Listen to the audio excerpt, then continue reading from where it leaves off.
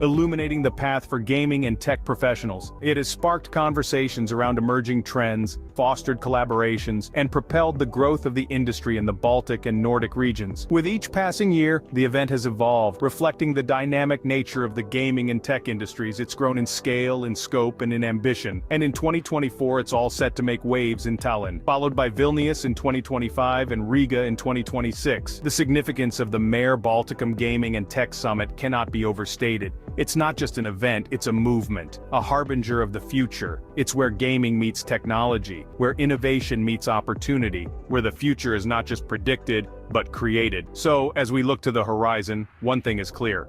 The future of gaming and technology in the Baltic and Nordic regions is bright, and it's being shaped right here at the Mare Balticum Gaming and Tech Summit. Ever pondered the infinite potential of gaming and technology? How they intertwine, evolve, and shape our future? Imagine a stage where this boundless journey unfolds. Welcome to the Prague Gaming and Tech Summit. Born in the heart of Europe in 2017, this summit has been the crossroad for innovation, a meeting point for minds that dare to venture into the Via Infinita, the path of infinite possibilities. Spanning across industries like gambling, blockchain, fintech, esports, virtual reality, and artificial intelligence, the summit has been a beacon for those eager to push boundaries and redefine the norms. Year after year, it has attracted the brightest, the most audacious, the pioneers, and the visionaries. From top decision makers to key stakeholders, the Prague Gaming and Tech Summit has been a melting pot of ideas, a platform for synergies, and a catalyst for transformation. And now, as we stand on the threshold of 2024, the stage is set again. From March 25th to 27th, the city of 100 spires will echo with the sounds of innovation, the whispers of change. This is not just a summit, it's a journey, a quest for the infinite, a voyage into the future of gaming and technology.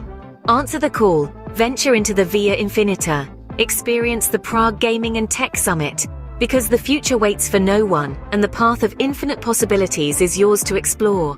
Embark on this journey, seize the opportunity, discover, innovate, transform. Welcome to the Prague Gaming and Tech Summit 2024.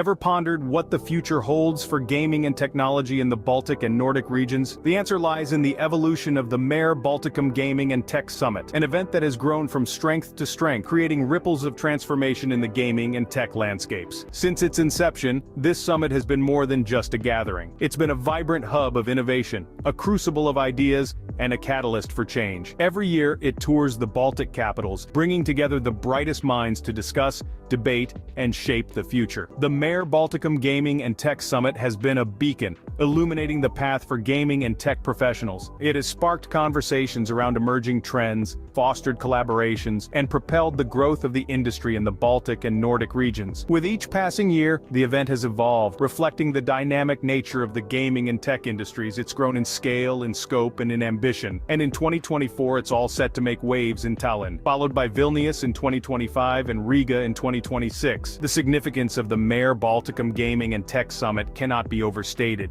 It's not just an event, it's a movement, a harbinger of the future. It's where gaming meets technology, where innovation meets opportunity, where the future is not just predicted, but created. So, as we look to the horizon, one thing is clear. The future of gaming and technology in the Baltic and Nordic regions is bright, and it's being shaped right here at the Mare Balticum Gaming and Tech Summit. Ever pondered the infinite potential of gaming and technology? How they intertwine, evolve, and shape our future? Imagine a stage where this boundless journey unfolds. Welcome to the Prague Gaming and Tech Summit. Born in the heart of Europe in 2017, this summit has been the crossroad for innovation, a meeting point for minds that dare to venture into the Via Infinita, the path of infinite possibilities. Spanning across industries like gambling, blockchain, fintech, esports, virtual reality, and artificial intelligence, the summit has been a beacon for those eager to push boundaries and redefine the norms. Year after year, it has attracted the brightest, the most audacious, the pioneers, and the visionaries.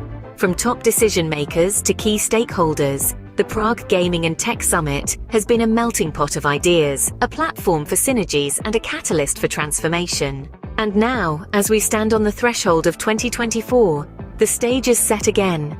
From March 25th to 27th, the city of 100 spires will echo with the sounds of innovation, the whispers of change. This is not just a summit, it's a journey, a quest for the infinite, a voyage into the future of gaming and technology. Answer the call, venture into the Via Infinita, experience the Prague Gaming and Tech Summit, because the future waits for no one, and the path of infinite possibilities is yours to explore. Embark on this journey, seize the opportunity, discover, innovate, transform. Welcome to the Prague Gaming and Tech Summit 2024.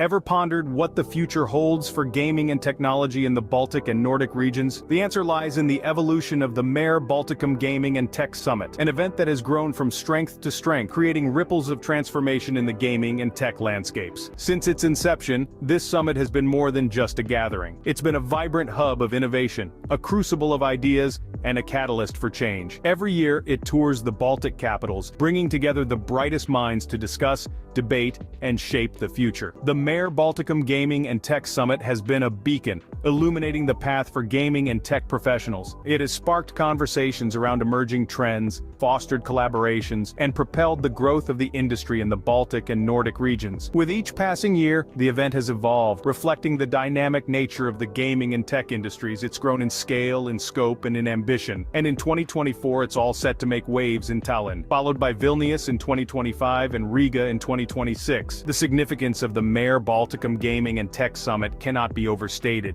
It's not just an event, it's a movement, a harbinger of the future. It's where gaming meets technology, where innovation meets opportunity, where the future is not just predicted, but created. So, as we look to the horizon, one thing is clear. The future of gaming and technology in the Baltic and Nordic regions is bright, and it's being shaped right here at the Mare Balticum Gaming and Tech Summit. Ever pondered the infinite potential of gaming and technology? How they intertwine, evolve, and shape our future? Imagine a stage where this boundless journey unfolds. Welcome to the Prague Gaming and Tech Summit.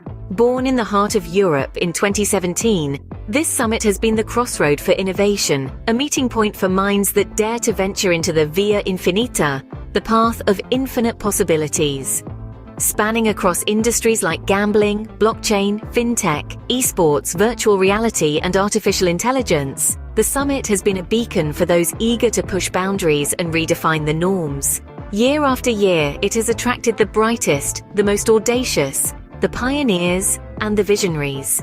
From top decision makers to key stakeholders, the Prague Gaming and Tech Summit has been a melting pot of ideas, a platform for synergies, and a catalyst for transformation. And now, as we stand on the threshold of 2024, the stage is set again.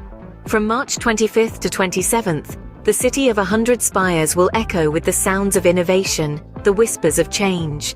This is not just a summit, it's a journey, a quest for the infinite, a voyage into the future of gaming and technology. Answer the call, venture into the Via Infinita, experience the Prague Gaming and Tech Summit, because the future waits for no one, and the path of infinite possibilities is yours to explore. Embark on this journey, seize the opportunity, discover, innovate, transform. Welcome to the Prague Gaming and Tech Summit 2024.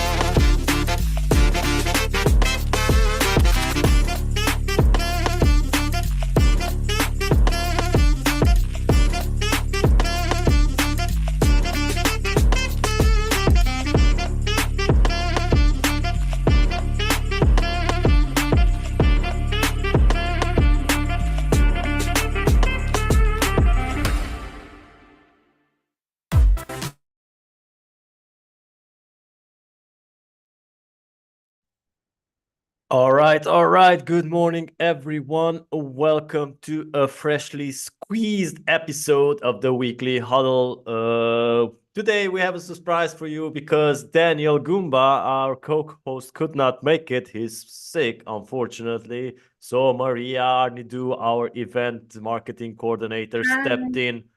Hi. And we have, of course, our guest, Dennis Allgreen, marketing director at SBC. Dennis, nice to have you here. Thanks, Sultan, and very good to see both of you. A nice step in, I guess, Maria. You're jumping in with both feet. Thank you. Yeah, and we got a hell of a show waiting for us, guys. We are streaming on Twitch, Facebook, YouTube, LinkedIn. Hopefully, I did not forget any of the channels, and saying hello to everyone out there. All right, so we have actually two surprises for you today, besides Maria. We will start with the interview with Dennis, and in part two, you will see our surprise. Dennis knows it, but you guys don't. All right, so Dennis, before we dive in, just give a short introduction of yourself. Maybe somebody doesn't know you. Yeah, sure. I assume a lot of people don't know me. I'm not that much front and center for the company, so that's quite normal. My name is Dennis. I'm Danish by nationality, but I've been in London and with SBC now for about 8 years, closing in on 8 years at least. I started with SBC when it was a relatively small operation. I think there was somewhere between 9 and 10 of us in a small office in Fulham.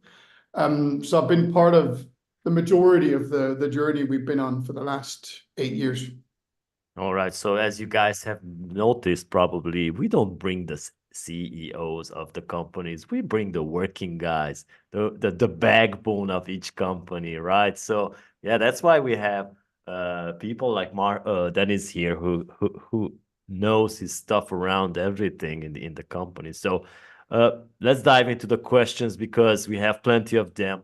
Let's talk about first SBC Summit because that's your biggest conference, right? So you guys are moving to Lisbon in 2024 and aiming for 25,000 attendees. What do you know what the features and enhancements are you planning to introduce to elevate the attendee experience in the new and, of course, larger venue? Yeah. I mean, there's a lot of things happening, of course, that some of them have to happen just because of the sheer scaling of the event. We've learned over the growth of this event across the last 3 years, we've learned a lot in terms of how we can make the experience for the attendee, for the sponsor and exhibitor and speaker, all the stakeholders, as best as possible, while still providing a show that has this kind of scale. I think it's all founded in our kind of, I guess, vision for what an event should be. Essentially, all based off how much utility, how much value can we provide for the audience and for the paying sponsors and exhibitors in one go, while still making it a very fun and pleasant experience to be at the events. I think it's not with an insignificant amount of pride that I can say that something that always gets highlighted when we ask our audience about what's best about our events is that the care that's taken into the execution of the event makes it such a good experience to be there. Majority of our attendees are kind of all-inclusive, if you will, which means that they walk through the door and never have to open up a wallet. They don't have to leave the venue to find food, refreshments, networking areas. And a week like this in Lisbon, there's so much going on, right? One of the things we've, of course, expanded a lot on is our zones concept, something we introduced early on because we knew what our ambitions were for the scale of this event. And it makes it difficult to navigate. We're talking a 100,000 square meter space with 25,000 attendees. So how do you, as a stakeholder and as an individual attendee, find who you need to get in contact with, who you want to speak to? The zones helps with that, just in terms of purely dividing the show floor into relevant categories, as well as the conference agenda. So if you're looking for content in a specific vertical or within a specific field, it helps you navigate that a lot. That is being expanded this year because a couple of the zones are turning into almost more standalone elements because they've seen so much interest. So specifically, the affiliate and marketing zone from last year now turns into an affiliate leaders summit. So specifically hosting operators and affiliates that want to connect. It's actually pretty simple in that sense what their purposes are. And it offers an opportunity to do that is focused, right? So it's an exhibition floor secluded from the rest of the hustle and bustle of such a large event, with just operators and affiliates focused and there to do the deals, catch up with existing partners, etc. All right, it's nice to see that the affiliate industry is coming back in force. So you mentioned these zones, and there was many positive feedback we saw online about the segmented networking spaces and how you guys further refine these zones in 2024. It sounds really exciting. So does this foster a deeper and more meaningful industry connection? I think it fosters a more focused and kind of, if you will, ROI is more directly addressed in the sense that I've been to a lot of these big shows, right, over the years. And one of the biggest challenges I find is that, well, I've got a focused purpose when I go to these. There's a specific set of companies or people that I want to talk to. And that can be really difficult, right? People don't go into these shows necessarily to think, or they shouldn't, to think, oh, I'm going to talk to the CEO of every company. That's not going to work, right? You're not going to find that person, or at least it's going to be tricky. Instead, you are specifically trying to talk to somebody, a stakeholder that deals with your area from these companies. So if you're an affiliate, you want to talk to an affiliate manager, right? It really boils down to that. And that means that if you've got a space where, okay, if I'm looking for a head of casino product, then that's where I know I'll find them, right? If I'm looking for a slots provider, I know where to find them. And that is really what this offers. It's a relatively base principle. And look, we've seen other events in other industries do something a little bit similar to this. I think we've taken it to quite far because we've seen that the more focus we can do it, the better, right? And then, yeah, there's still room for where the CEOs go, where the wider aspects are addressed. We have a super stage in Lisbon, so it's an indoor arena that will host thousands of people in an audience, and that's where we can then do the larger things, the larger scale things, keynotes that can bring, especially new knowledge from outside the industry, something we've really been focused on for this year, and we kind of started last year. We had Matthew Ball, one of the kind of foremost experts in the metaverse, and we will continue down this path. We are exploring avenues at the moment in terms of bringing in these outside stakeholders that have something to teach, right? Our Casino Beat Summit this year will showcase the first of these, where we bring in John Romero, the original developer of Quake and Wolfenstein 3D and Doom. So he's really been at the forefront of game development for so many years and has started what was considered to be a revolution back in the day. So that is a kind of stakeholders we're trying to bring in to kind of infuse our event with also new knowledge, if you will. All right, it's nice to see that you guys are walking the path that we have paved in 2020. It's good that you guys are bringing in more technology and talks that are not just 100% iGaming. So yeah, we need to innovate to think some new things then. Yeah. All right, so I think Maria also has some questions. Yes, now, well, this is a huge endeavor that Dennis described, and onto the favorite subject of everyone nowadays, and how to facilitate such a huge endeavor. on with AI. So we already know that your SBC Connect Plus app is enhanced with AI, but can you share some insights into how SBC intends to integrate AI and other technologies into the organization and execution of future events? I think well, we are to some degree. There's some AI applications being used in our marketing, as an example. Targeting, segmentation, even content creation is assisted to some degree by AI. I don't think AI will ever provide ultimate solutions to these things, but it can certainly be a supportive tool. Absolutely. I think what we will see sometime in the future, right now, I think the most important application is this matchmaking feature, because that is one of the ways that we can, on a large scale, help delegates actually facilitate this kind of contact with the right people, right? That's what we're currently applying and why we've got an app that we use for that. Sometime in the future, I think what we will see is that, let's say, the registration and the traffic flow can probably be better mapped and understood, and thus also managed a little bit. I think people underestimate how much we have to go through to try our best to manipulate, if you will, but in a good way for the benefit of everybody, where the traffic flows and how. Mostly for the experience when you show up at the door. We don't want you to wait for an hour to get into an event. So there's a lot of things there to I think that can still be done, and that's why I think that AI could potentially be something that gets applied. All right.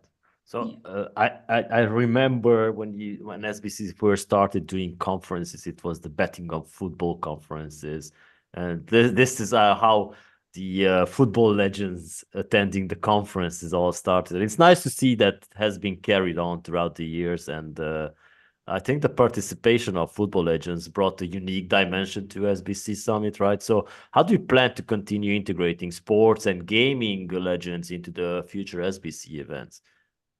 I think sports legends is something we've always leaned on. And as you said, our legacy from being focused on sports betting with past events and even holding a lot of our events at sports stadiums, we still have a lot of this.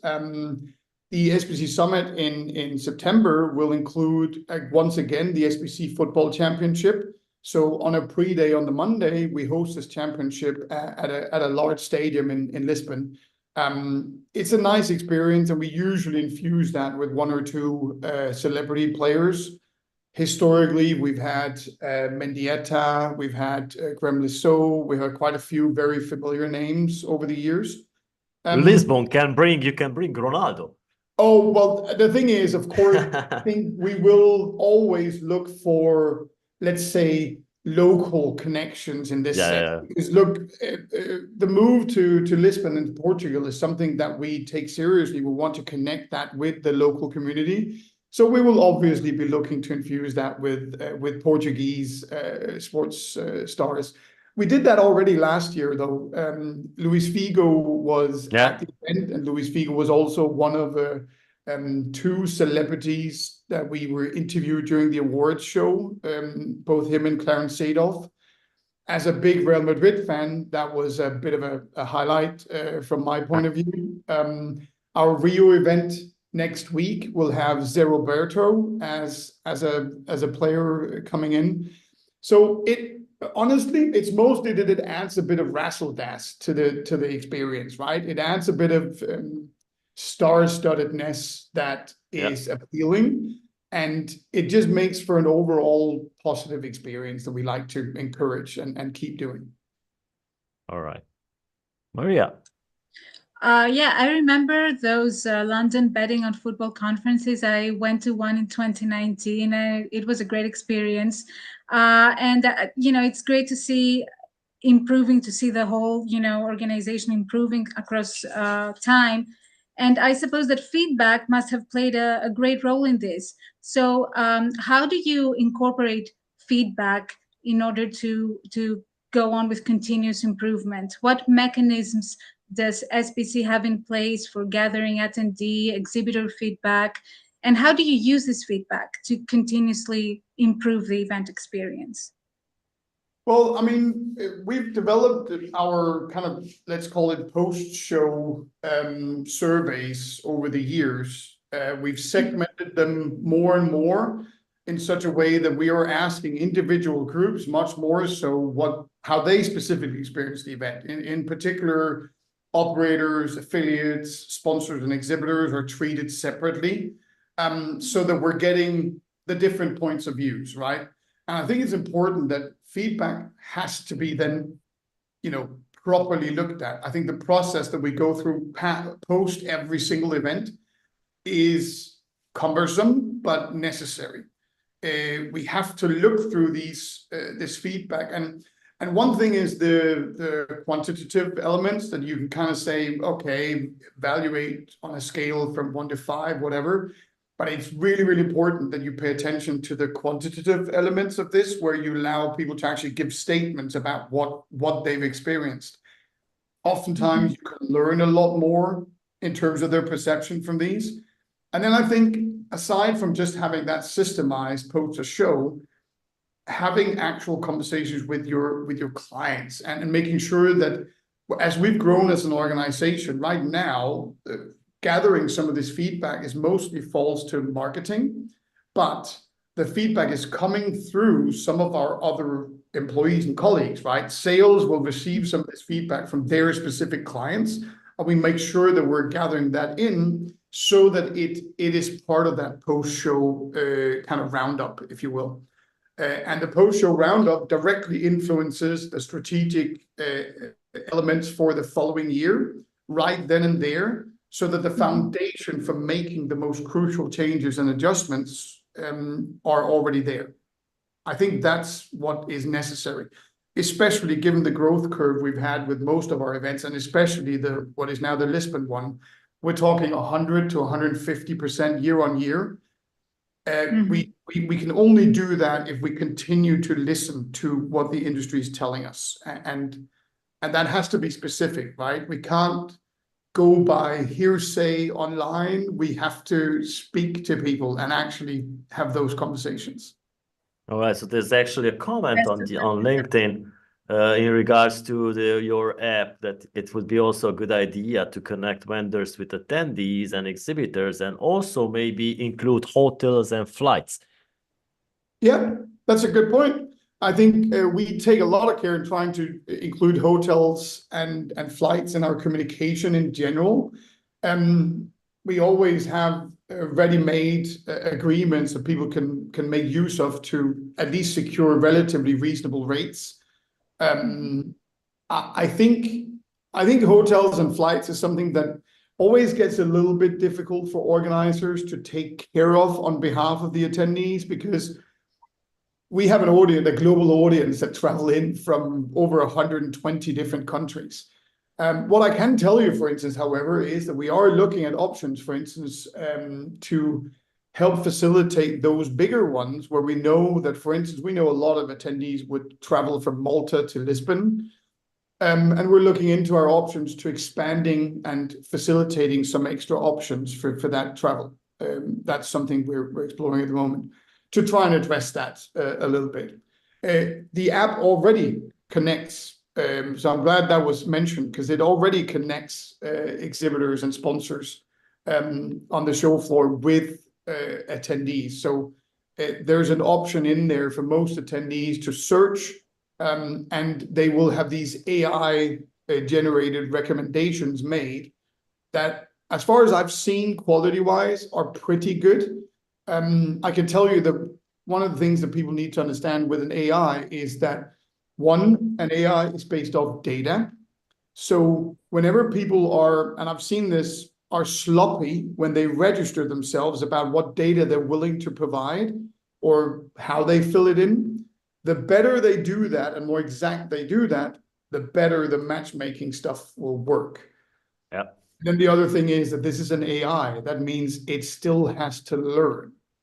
So the more people that register early and use the AI leading up to the event, the better the matchmaking will get towards the event. That is Makes sense. two of the things with AI, right? So, yeah. All right, so let's talk about also beyond 2024, but let's also stay in 2024. Maybe you can tell the audience some of the upcoming events that you guys may have before Lisbon, and I think you're doing one after that as well. Yeah, so our schedule right now is that we've got our Rio event next week, which has already grown to proportions that I don't think we really imagined initially, but the focus and the attention and interest around the Brazilian market at the moment means that that's seen a massive boom. So definitely something that we will continue with. So you guys were praying that the bill gets adopted. That's always going to be the case, right? Look, we're not trying to play cat and mouse with the regulatory frameworks in different markets, but we do have to some degree, because we are in fact we're catering to an industry. So we have to follow the interest of the industry to some degree. What is important for us is that we've got a mix of these regionally oriented events, where Rio is one of them. We have our North America event. We have our Casino Beat Summit in Malta. We have our Canadian Gaming Summit. And we have our LATAM event in Miami in later this year. Those regional events help infuse something that is specific to those regions, and kind of help, local knowledge, more local attendees, because you're doing it on site in those markets. But that needs to then be combined with the more global approach, because we are a better industry the more we communicate across geographies, the more we learn from each other. I'm pretty sure the US market right now, it's safe to say that they've learned a lot from the European side of the industry, which was much more mature. Yes. That is important, right? That exchange of information and business contacts is beneficial for everybody. All right. So how do you envision beyond 2024? We had our mutual friend from Next.io attending the weekly huddle. Oh yeah, by the way, guys, this is episode 10. So yeah, we just did the 10th episode. We also asked Pierre about how does he envision the evolution of betting and gaming industry conferences beyond 2024. I'm also asking you the same question. So how do you see these conferences? Because the calendar is stuffy. It is, and it is part of some of the feedback we've seen as well. And actually, one of the reasons, I mean, if you look at the legacy of what SBC Summit is, it is essentially initially a collection of two separate events. And that is a tendency that we will be exploring and looking at going forward. I think it's more important that we have an element of stability in the calendar, consistency. Which is also why we made the move to Lisbon, because this now means that, okay, this event can now sit the same place in the calendar, same venue and location consistently for a number of years, right? It's really helpful for everybody, so that you don't have to re-familiarize yourself with a very cluttered events calendar. And then have a look at consolidating events into fewer and then do them larger scale, right? That is something that we have to look at. It's a normal kind of lifespan from our point of view, is that an event starts as a smaller regional local event. Thing is, a lot of those pop up, some survive, some don't. And some then grow based off the others not surviving, I'm afraid. I guess that's kind of the dynamic that happens, right? And then we look at, okay, what can we do to consolidate these into fewer points in the calendar that also makes those fewer points probably more relevant. And I think that is where the future of the industry is. Smaller regional events will still have their importance. They will have their kind of why they have to exist, for sure. As we know, markets open up and become interesting all the time, right? That weren't the year before. Exactly. So I think that it will be the consistency, and then I hope that, as far and wide as we possibly can, it is then the event organizer's obligation to make sure that, one, there is sufficient value. If you think you're hosting an event, is there sufficient value in this, and to justify asking people to travel and participate? Yeah, makes sense. All right, so has been part one of our weekly huddle this week, and part two, like I said, we are having a surprise element because, as you may know, we comment the news together with the co-host Daniel, and now this time we're having a guest. But besides Dennis commenting on the news lines, he will also read some of them out and asking us. All right, so I will get started because we start with the iGaming category as usual. So it seems that 55% of Swedish slot players think that bonus buy games should be banned. I think this survey was done by Play and Go. So it seems that the Swedish slot players are ready to toss out bonus buy games into a Viking funeral pyre. With even the gamblers themselves calling for a ban, which is very strange.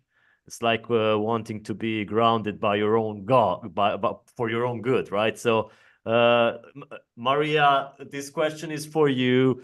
So, with the majority of the Swedish slots players in favor of banning bonus buy games, do you think this could mark a turning point in how gaming industry addresses responsible gambling?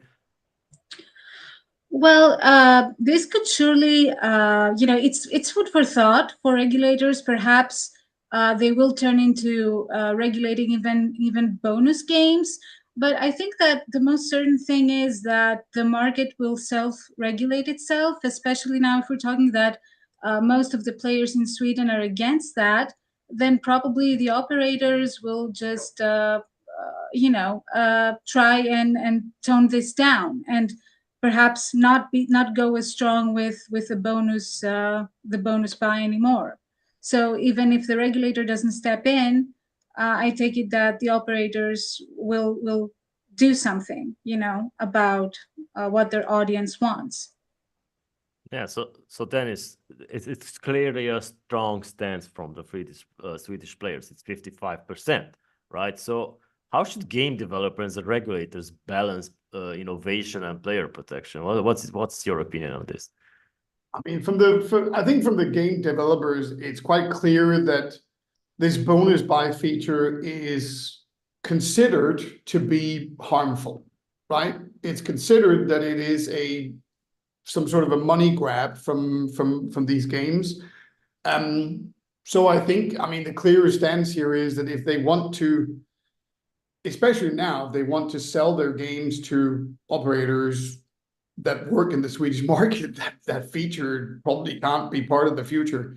And I think it's important that even game developers then see the writing on the wall, because while this is currently the Swedish market, it means that a feature like that, and we know that other markets, UK, have already got this banned.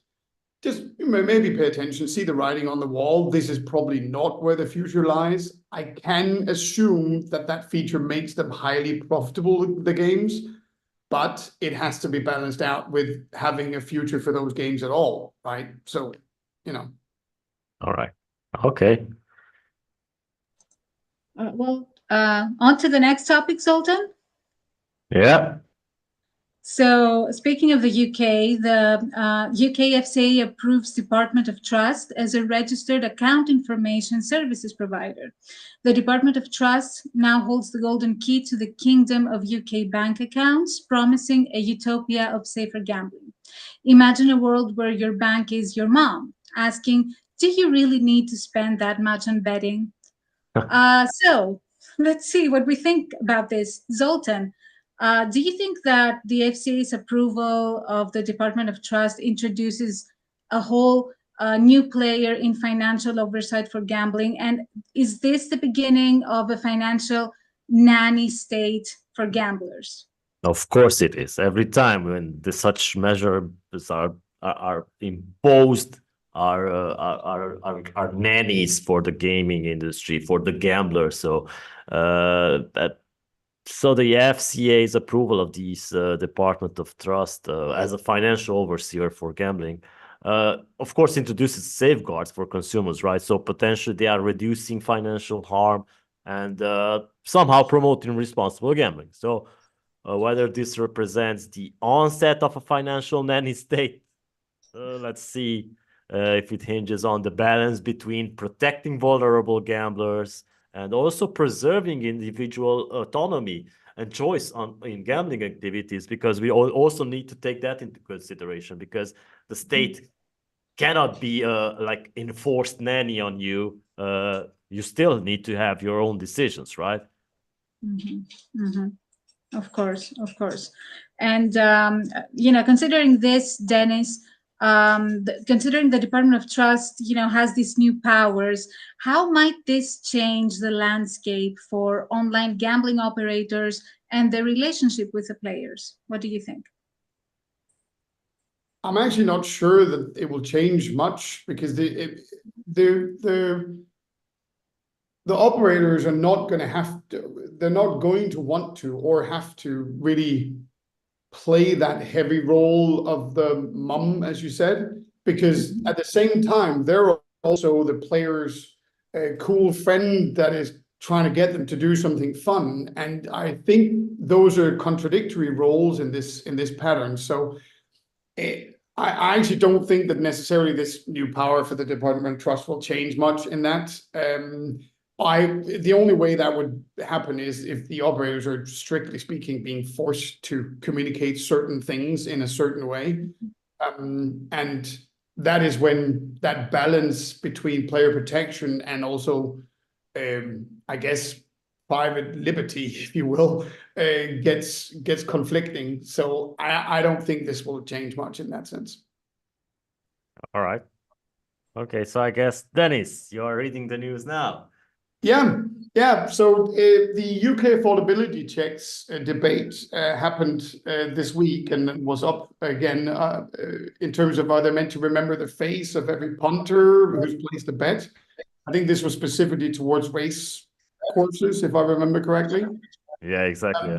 So the UK's proposed affordability check sounds like a bureaucratic remake of Guess Who, but with punters and their wallets. It's as if the Gambling Commission wants to add, can you afford this bet pop quiz to this? So I guess the question here, I think for you, Maria, is affordability checks in the UK gambling scene. Is that a necessary safeguard or a logistical nightmare waiting to unfold?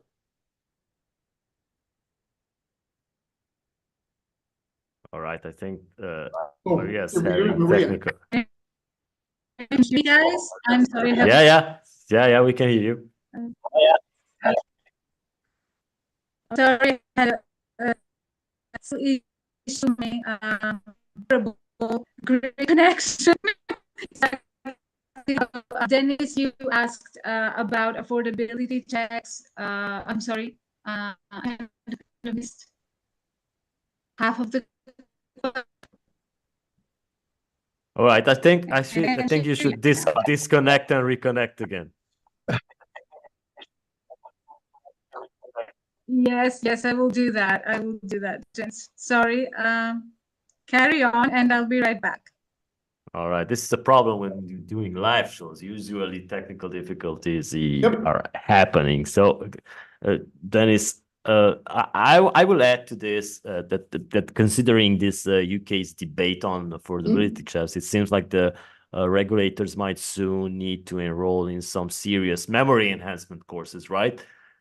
Because are they expected to remember the face of every punter who's placing a bet? It sounds pretty crazy. So let's hope that they are not also asked with the task with recalling what everyone had for lunch, right? So or the industry might just turn into the world's most peculiar memory game where you need to remember everything that happened. So I think that this affordability checks is okay to do it. But yeah, we shall wait and see what happens, right? So yeah, I think it's about, is it applicable? Is it implementable in the real world, right? The principle of it, I can understand, that makes sense. I think I read about the debate after it happened as well, an article, and there was no conclusion on that either. It's just politicians are arguing that this should be the case, but they're not really bringing forward any, like, what is then the practical solution. And also, I think it was pretty heavily debated. That's fine, but what are those limits then? Because why, when are we implementing those checks? And it sounded to me like those were pretty low, which means it could be quite intrusive for a lot of players.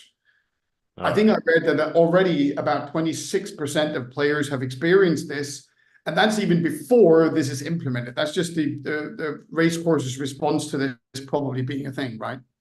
All right. So besides the UK affordability checks, there's anger in Sweden.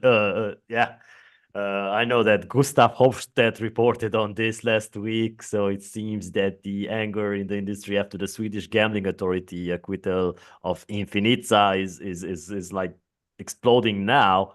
So Infinita's escape act from the Swedish Gambling Authority graphs seems to have left the industry both baffled and enraged. So it's tough. They've been playing a game of regulatory whack-a-mole, and the mole just tunneled to freedom right now. So, Maria, great to have you back. So, this Sorry about news that. After the Swedish Gambling Authority's decision regarding Infinita, is it time for the gambling industry to push for clearer, more enforceable regulations? Because it seems that it's high time. Well, yes. I mean, if they don't know the audience they're addressing, I mean, now they're saying that apparently this casino is not addressing the Swedish audience, and the regulator has every right to be kind of pissed about it and say, no, you're not serving to us. So definitely, regulations need to be clearer, and they need to be customized to the local audience, to where you're addressing the jurisdiction. And especially, Swedish market is a very mature market. So this was kind of a surprise. Yeah, it was. So Dennis, what do you think about this? In the light of this Infinita case, what steps should regulators take to prevent similar situations in the future? I mean, I'm no expert in the Swedish regulatory framework, to be fair. You're Danish. So league, but what I can say is, as far as I've read, is this was the whole case that was open was based off pretty specifically the payment operators they were using that were Swedish based, right? And that is how they defined that they were targeting Swedish players specifically, because that's how as far as I understand it, the Sweden now defines it is it's okay to passively offer betting if you're not targeting the Swedish player specifically. However, I will say, though, that then maybe that's where the problem in this case is, that it was a very specific element they were looking at. And because Infinita then changed their payment operator, that specific element just fell away. Hence the regulatory whack-a-mole, because if they're just looking at one element at a time, I suspect they probably have to when it comes to court cases. But I also think then you're going to have to maybe adjust your regulatory framework to be less specific in some cases, in that sense, that you have to be able to use other metrics to assert whether you're targeting Swedish players or not, right? Yeah. What those are, not for me to say, but I would argue that, what marketing platforms and how are they using marketing platforms to reach those players, right? What affiliates are they using? What traffic are they getting? There must be better ways than the payment provider you're using, if you will. All right. Yep. And now, speaking of marketing and in the content space, there's a huge news. Catena Media's CEO, Michael Daly, steps down. And him stepping down is pretty much like a captain abandoning ship, except the ship is still afloat, just not moving very fast. It's time for a new captain to find the accelerator pedal. So Zoltan, Daly's resignation from Catena Media amid strategic shifts opens a new chapter. How critical do you think is leadership stability for companies in this volatile gaming market, iGaming market specifically? All right, so yeah, it sounds like indeed like a captain leaving the helm. But fear not, the ship isn't sinking. It's Catena Media we're talking about. So in the roller coaster world of iGaming, having a steady hand on the wheel is crucial, of course. And yet sometimes they are dodging some icebergs and catching some new winds. And you need a fresh captain who knows where the turbo button is, right? So leadership stability is key, of course, but so is the adaptability and the courage to charge these new courses when the seas of the market are they have large waves. Like certainly now, in terms of being an affiliate, it's much more harder to adapt to than it was, let's say, 10 years ago, when there was no compliance stuff that you need to take. It's big shoes to fill in any case. So Dennis, considering the strategic review and leadership changes at Catena Media, what strategies should the new CEO prioritize to ensure growth and stability and that everything goes smoothly? I mean, look, the only way to find growth is either you strengthen your current business areas or you find new revenue streams, right? As far as I understood it, from Michael Daly himself, is that they are focused on strengthening their existing offerings and their existing products. And I think the steps they were taking right now was to consolidate a stronger kind of software IT infrastructure, and then developing some sort of AI element to that. But honestly, from what I could read, I wasn't exactly sure what that AI is supposed to do. I think it's supposed to help generate some of the content, but that would be more streamlining the business than growth, I would think. So I think, yeah, you've got to consolidate. I think it is probably the right approach, by the way. I don't think it sounds like Catena Media are in a place where they should be trying to now explore new revenue streams. They need to consolidate what they've been good at and how they grew to the size they are. And I think that is the right approach. When you want to explore new, avenues of revenue, you have to be geared for that as an organization. And the path that Catena Media have been on has more been, I don't say they think downsizing is the right approach, but I know they sold off as gamblers to gig in a relatively big move. So I think that is the right approach. Consolidate. I think it's probably also why they're now making a change to the CEO position. It's like changing your manager for your football team, because you have to change something and you can't sack everybody and then hire everybody new. So that is when the CEO takes the responsibility, and then a new CEO gets a chance to bring a fresh perspective, hopefully, and just generally a new potential dynamic, if you will. So I think that is what they're obviously trying to do. All right. It's you again with the news. Oh, it's me. I need to keep up. So Fintech's introduction of gamification, which is to retain players, is like saying beat the addiction, make it more fun. Now losing money can feel like winning, at least until you check your bank balance. So I guess this is for you then, Maria. Solytics gamification, which is aimed to boost player loyalty. Could this approach revolutionize customer retention in the gambling industry?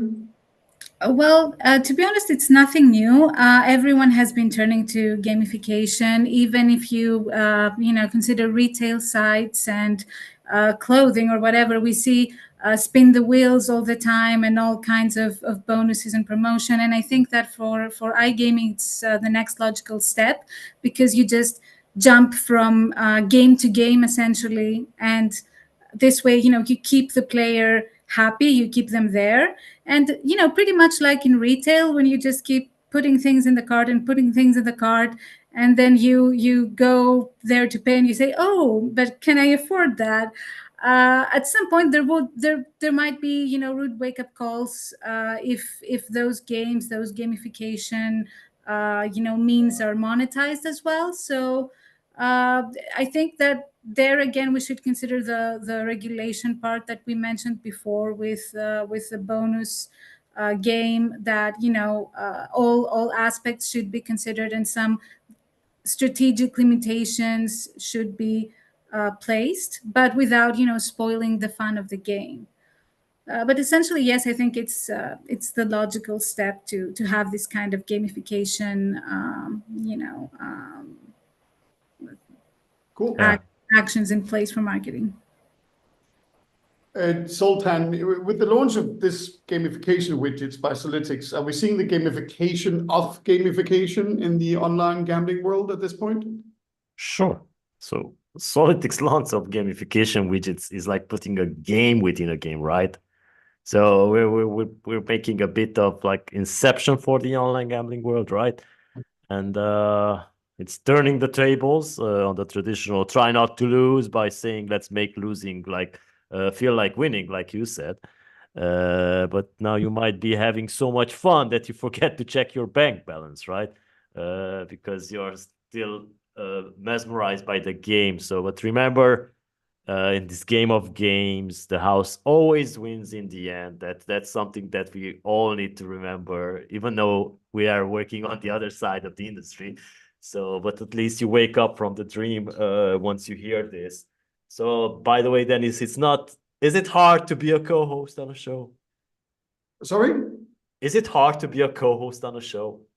No, I don't think so. Relatively smooth sailing so far. Well, maybe we'll get to some hard questions. I don't know. Yeah. That's why I ask you, because we're now exiting the iGaming industry and entering fintech, and we covered news on HIPTHER.com about the United Arab Emirates cities topping the ranking of best cities to move to. So Dubai and Abu Dhabi make the cut as top cities for the financially fabulous, right? So proving that if you're going to spend your life in a sandbox, it might as well be a luxurious one, right? So in a great infrastructure and healthcare like they provide. So I don't know, Daniel, with the United Arab Emirates cities leading as a top destination for professionals as well, would we see a shift in global talent migration trends toward the Middle East?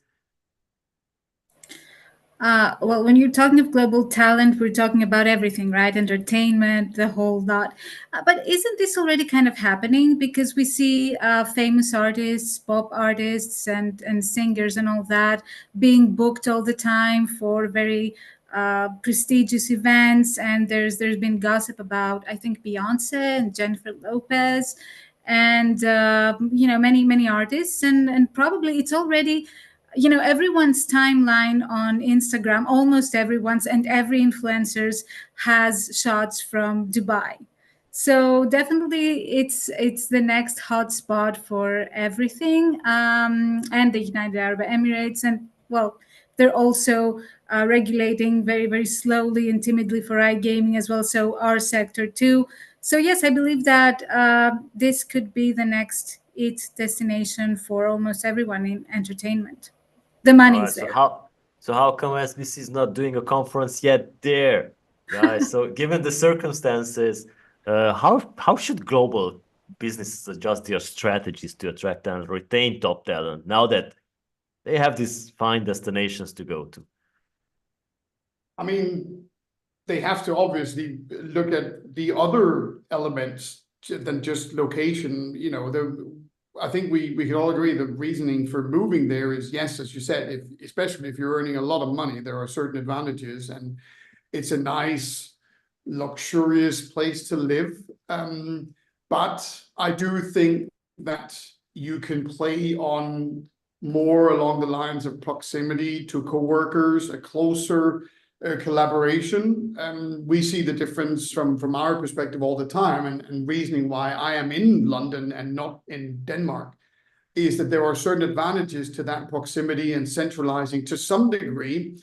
And then also, I think one thing we've seen post-COVID is that a lot of workspaces have adapted to this more hybrid form of expecting office attendance, I think that is something where we'll see even wider spread over the coming years. It simply is a good amalgamation of convenience for the employees while still having that proximity element that makes for a lot of communication and coordination easier.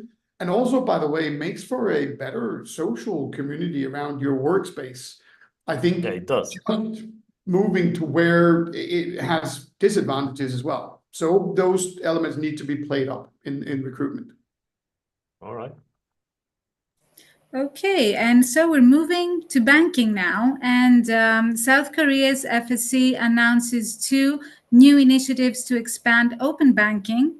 And South Korea's latest move in open banking is like opening Pandora's box of financial data, but in a good way, promising more tailored services and a touch of offline magic. It's like your bank follows you around, but less creepy and more helpful.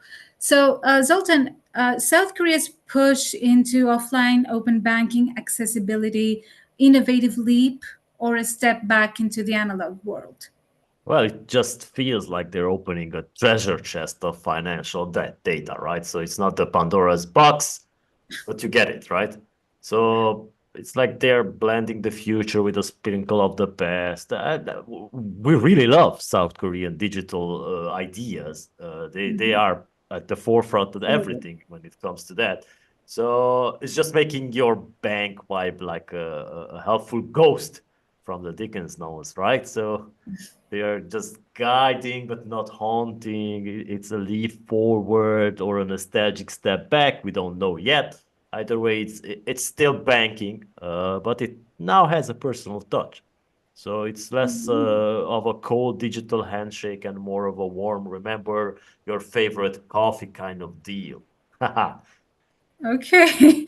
And now, Dennis, considering the FS's initiative to broaden open banking like that, how significant the role of regulatory bodies becomes in fostering financial innovation?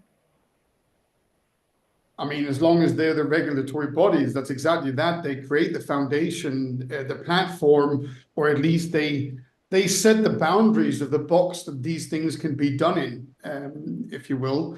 I think it's tricky to elaborate much more on it in that, because they play that role. They set the boundaries. I do think that, as you said, what South Korea is then doing is that they're opening up some boundaries. They're pushing some of the boundaries a little bit, which is, generally good. Whether this whole open banking thing and taking that step back towards the personalization I'm not sure. Because I will say that, we've seen that the most popular platforms and those that have seen the biggest growth are the ones that are almost entirely digitized. Yes. And available more on our phones then and there. And I'm not sure if enough consumers will embrace the idea of something more going back to how it was. That I think that's what they play. And then, South Korea is at the forefront, as you said, Sultan, but doesn't mean the boundary they're pushing is always in the right direction. Exactly. It might backtrack on them. Yeah. All right. Good. Right. So staying within the fintech and the banking. The news was that Revolut introduces the robo-advisor service in the Republic of Ireland. So Revolut's new robot advisor in Ireland is like having a financial wizard in your pocket, I guess. Exactly. I'm not sure what a wizard could do without a wand, but that depends on what universe we're talking, I guess. But it's finally a way to kind of invest your pot of gold, but you don't necessarily need to find the end of the rainbow and the leprechaun. So Maria, for you, Revolut's robo-advisor launch in Ireland, it promises to simplify investing, but could this lead to a wider adoption of automated financial advice, you think? Well, I mean that, automated financial advice and even dedicated apps for online investing, portfolios and all that, has been there for a couple of years now. I even have a friend working at a company like that, and they were very innovative in the UK and all that. So I guess that the robot advisor is kind of a it sounds weird, but I think for me it's a very predictable next step for the time that we live in. So the automated financial advice, I think, yes, this should be pushed because people need to at the same time be more educated, make more educated and informed decisions. When they go with this automated thing, okay, so there's a robot advisor and he's telling me to invest there, but why? And what does this mean for me and my situation right now? So definitely this should come with more automated advice. Okay. For Sultan then, with the introduction of this robo-advisor by fintech companies like Revolut, are we witnessing the democratization of investing or just another tech fad, if you will? It's very interesting to see this, and that, as Maria stated, it's something that's already been done before, but now refined. It's like the fintech companies are just handing out keys to the investment kingdom, right? And making Wall Street less like a wall and a street, right? So it's just suddenly that the investing it's not just for those guys with the ties and briefcases and walking around. It's a party for everyone to join. And I think that is also it's powered by the cryptocurrency movement and everything that's surrounding that. But is it the democratization of investing or just the latest shiny tech toy? We don't know yet. We will probably see by the end of the year. So either way, you just need to keep an eye on your digital wallet. Before you know it, or maybe your robo-advisor might just suggest investing in some lunar real estate or something that's the next best thing that comes out of Elon Musk's mouth. So, well, I was about to say, do we know what the advice that this robo-advisor is going to be given is based off? Because I'd be pretty hesitant to take any advice that is referred to as a robo-advisor. Most probably on trends. Yeah. So, but AI gathering those trends and adapting it, or just trends, because I think trends are. I mean, this is like asking people to invest and thus spend their money based off a machine of some sort. Yeah. That's a slippery slope in my book. But I would at least want to know exactly. Okay, fair enough. But what is it's based off? Because you could end up in a situation where people are investing their money based off this, and then when they lose their money, they actually don't know why, right? Because they're actually not having to learn the mechanics behind. So I don't know, tricky one. All right, let's talk about billions. And guys, unfortunately, we still need to cover around 7 topics, but the time is running out, so we will only cover one. This is the last one. So it seems that fintech startup Okura saved businesses over $3 billion in Forex transactions. Do you guys remember Forex? It's still around and it's kicking off. So Okura's AI-driven, of course, platform, turning the Forex market into a treasure hunt for businesses. It's like finding a map where X marks the spot for saving. So who knew that currency trading could feel like a pirate adventure nowadays, right? So a question for Maria first, then. Do you think that Okura's significant savings in the Forex transactions highlight the power of fintech innovation in 2024, and how could this reshape global business operations? Okay, so I'll be honest, not much knowledge or insight into Forex whatsoever, but this sounds a bit like AI taking the place of the former affiliates that would approach you and be like, oh, invest in Forex, oh, I have this tip. Definitely it is an innovation, right? Because we're talking fintech, we're talking Forex, which is still around, as you said, and chooses to modernize, according to the times and the trends and AI.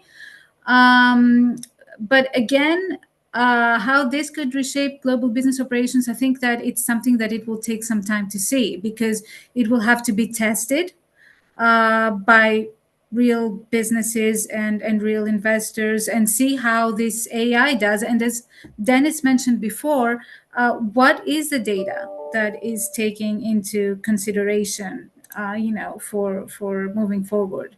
So I think it's definitely an innovation, but we need to see and learn more about it. All right. So most probably Dennis is dealing with Forex people at the conferences and cannot say much. Oh, So, all right. So considering this impact on Forex transactions, what future developments can we expect in fintech, in your opinion, to further optimize international business operations and make them better? I mean, I think it's obvious that the real crux here is that the element of AI is starting to kind of be put in and applied in so many different aspects and areas.